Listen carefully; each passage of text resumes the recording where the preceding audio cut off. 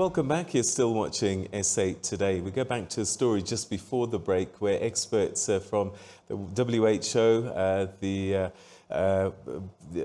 International Organization for Migration and other groups have gathered to brief the media on COVID-19 action plans. Let's take a look.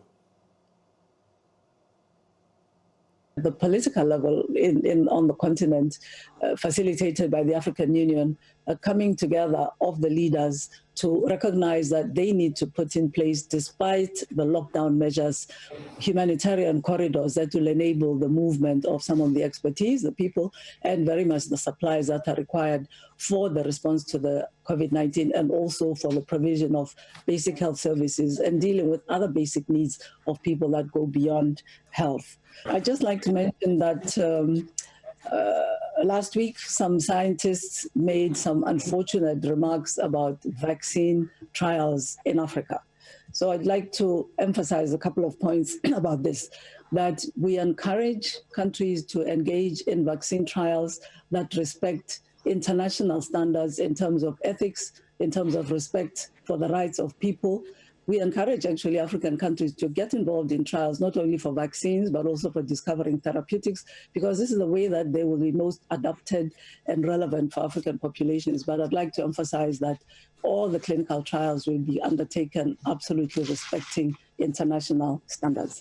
So I'd like to close and say that the health, social, and economic consequences of the pandemic will be profound worldwide and will be very severe in our regions, and urge and encourage that we all work together to help our countries minimize these impacts.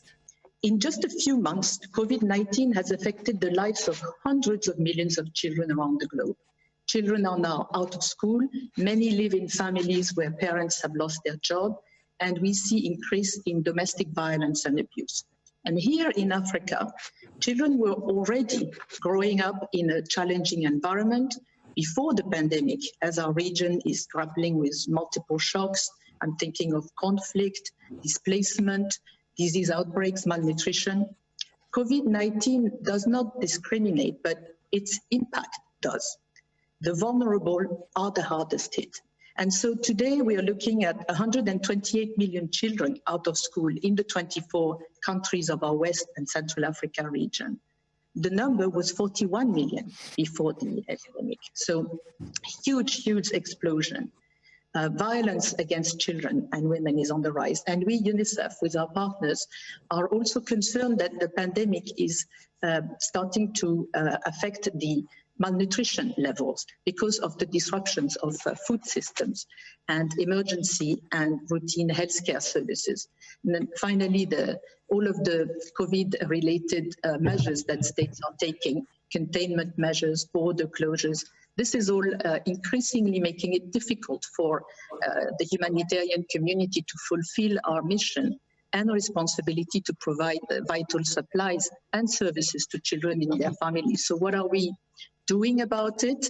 With our partners, we are working to keep children healthy. Chidi Moeti alluded to it a moment ago. Life-saving maternal, newborn, and child health services need to be sustained, including those that were intended to protect the children against pneumonia, malaria, diarrhea. Immunization services need to go on so that children are protected against childhood diseases. We need to look for alternative education pathways to keep children learning. We need to accelerate access to water, particularly disadvantaged communities. We need to find new ways to protect children from violence. And we are advocating support for families to mitigate the socioeconomic impact of the pandemic. These packages need to have a child length to make sure that they are not forgotten.